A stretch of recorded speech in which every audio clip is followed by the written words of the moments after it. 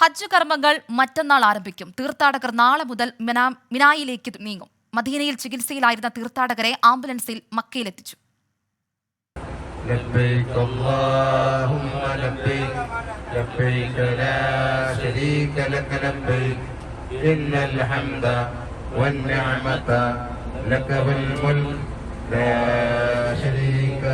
ഹജ്ജിനുള്ള ഒരുക്കങ്ങളുമായി തീർത്ഥാടക ലക്ഷങ്ങൾ മക്കയിലെത്തിക്കൊണ്ടിരിക്കുകയാണ്.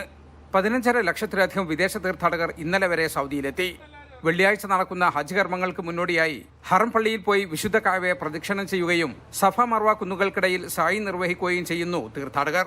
നാളെ രാത്രിയോടെ തീർത്ഥാടകർ തമ്പുകളുടെ നഗരമായ മിനായിലേക്ക് നീങ്ങി തുടങ്ങും.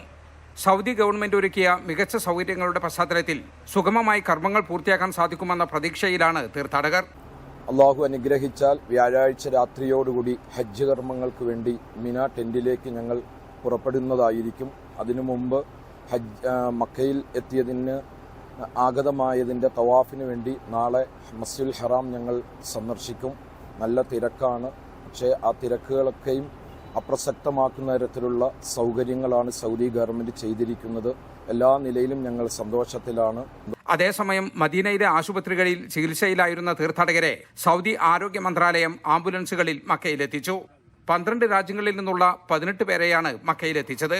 രോഗാവസ്ഥയിലും ഹജ്ജ് നഷ്ടപ്പെടാതിരിക്കാൻ അറഫയിലെ ആശുപത്രികളിൽ ഇവർക്ക് ചികിത്സാ സൗകര്യം ഏർപ്പെടുത്തിയിട്ടുണ്ട്.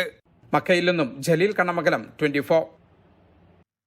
ലോകത്തെവിടെയായാലും ഏത് സമയത്തും 24 വാർത്തകളും ഓഗ്മെന്റഡ് റിയാലിറ്റി പാക്കേജുകളും എക്സ്പ്ലെയിനറുകളും വിശദമായി കാണാൻ ഞങ്ങളുടെ യൂട്യൂബ് ചാനൽ നിങ്ങൾക്ക് സബ്സ്ക്രൈബ് ചെയ്യാം.